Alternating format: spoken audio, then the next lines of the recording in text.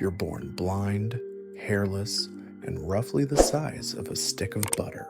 Your mom, who weighs about 200 pounds, could accidentally crush you just by rolling over. She doesn't, but she could, and that's how your life starts. Fragile, helpless, and completely at the mercy of a bear who's already exhausted from giving birth. Welcome to being a panda. For the first few weeks, you can't see, can't walk, and can't do anything except squeak. Your mom has to hold you constantly because you're too weak to regulate your own body temperature. If she puts you down for too long, you'll freeze. She doesn't eat, doesn't leave the den, and barely sleeps. Meanwhile, you're just lying there, drinking milk and contributing absolutely nothing. It's not a great look.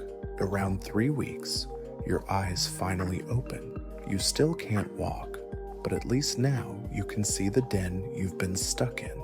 It's dark, cramped, and smells like bear. Your mom is massive compared to you, and when she shifts her weight, you get squished into the corner. She's trying her best, but pandas aren't exactly known for their parenting skills. Sometimes she picks you up by the scruff of your neck and moves you around like a grocery bag. It's not gentle, but it works. By 2 months, you've got a thin layer of fur and can finally wobble around on your own. Walking is harder than it looks. Your legs don't cooperate, and you fall over constantly. Your mom watches, unimpressed, as you trip over your own paws and tumble into the dirt. She doesn't help. She just stares, chewing on bamboo like this is normal. To be fair, for pandas, it probably is. At 3 months, your mom decides it's time to leave the den. You're not ready, but she doesn't care. She walks out, and you have no choice but to follow. The outside world is overwhelming. Trees everywhere, strange sounds, and way too much sunlight. You try to keep up, but your legs are still unsteady, and she's not slowing down. You stumble behind her, whining the whole way, but she ignores you. This is your introduction to independence, and it's going about as well as expected. Life outside the den revolves entirely around bamboo. Your mom eats it constantly, 12 to 16 hours a day. She strips the stalks with her teeth, chews methodically, and swallows. Then she does it again and again. You watch her confused because bamboo looks terrible. It's tough, fibrous, and has almost no nutritional value. She eats 26 to 84 pounds of it daily just to survive. You're still drinking milk, so you don't have to deal with that yet. But your future is staring you in the face, and it looks miserable. Around 6 months, your mom starts weaning you off milk. She pushes bamboo toward you, and you take a bite. It's awful, bland, hard to chew, and completely unsatisfying. You spit it out, but she doesn't offer anything else. This is your diet now. You try again, forcing yourself to chew through the tough fibers, and eventually you swallow. It sits heavy in your stomach, and you realize this is what you'll be eating for the rest of your life. No variety, no flavor, just bamboo. Your digestive system isn't even built for this. Pandas have the gut of a carnivore, which means you can't break down plant material efficiently. You absorb maybe 17% of the nutrients from bamboo, so you have to eat constantly just to avoid starving. It's exhausting, and you've barely started. Your mom doesn't seem bothered. She just keeps chewing day after day, like this is fine. But here's the thing, it gets worse. As you get older, climbing becomes part of your routine. Your mom scales trees like it's nothing, and you're expected to follow. Your first attempt is a disaster. You hug the trunk, digging your claws in, but halfway up your grip slips. You slide down, scraping your belly against the bark, and land in a heap at the bottom. Your mom glances down from her perch, entirely unbothered, then goes back to napping. You try again the next day, and the day after that. Eventually, you make it up without falling.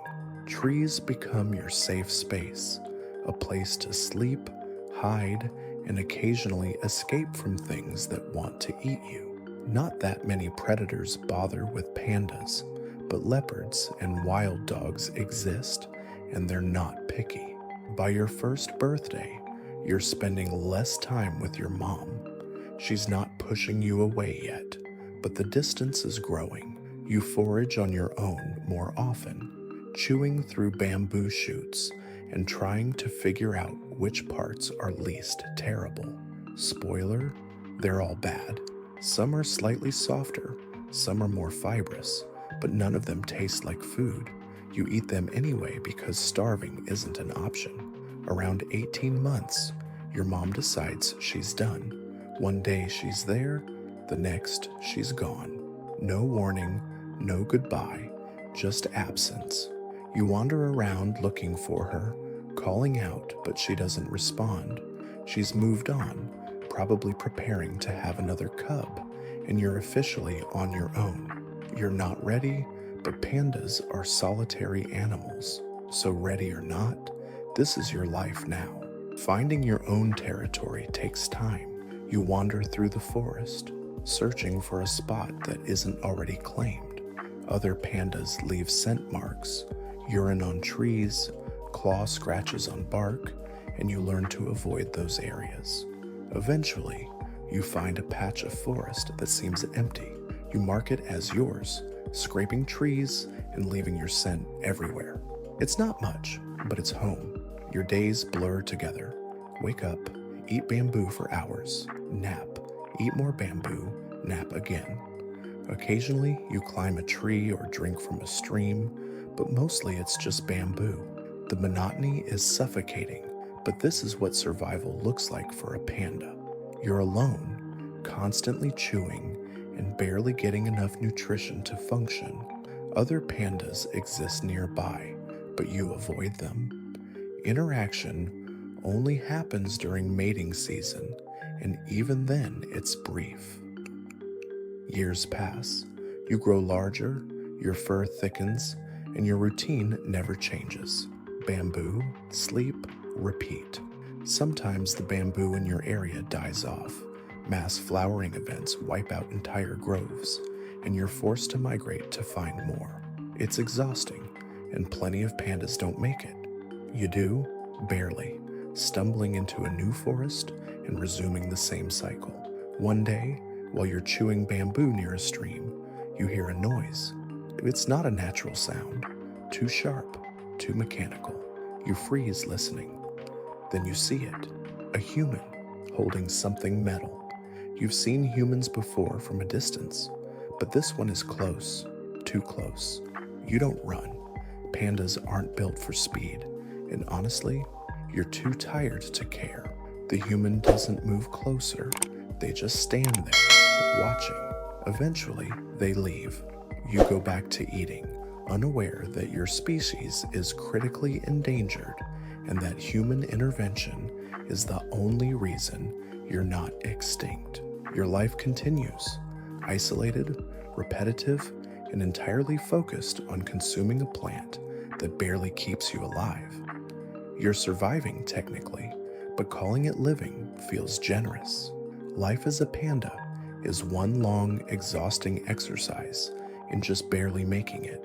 You're born fragile, raised on a diet that doesn't work, and spend your entire existence alone, chewing bamboo that your body can't even digest properly. Most animals fight to survive. You're just trying not to starve while eating the one thing that's everywhere but gives you almost nothing.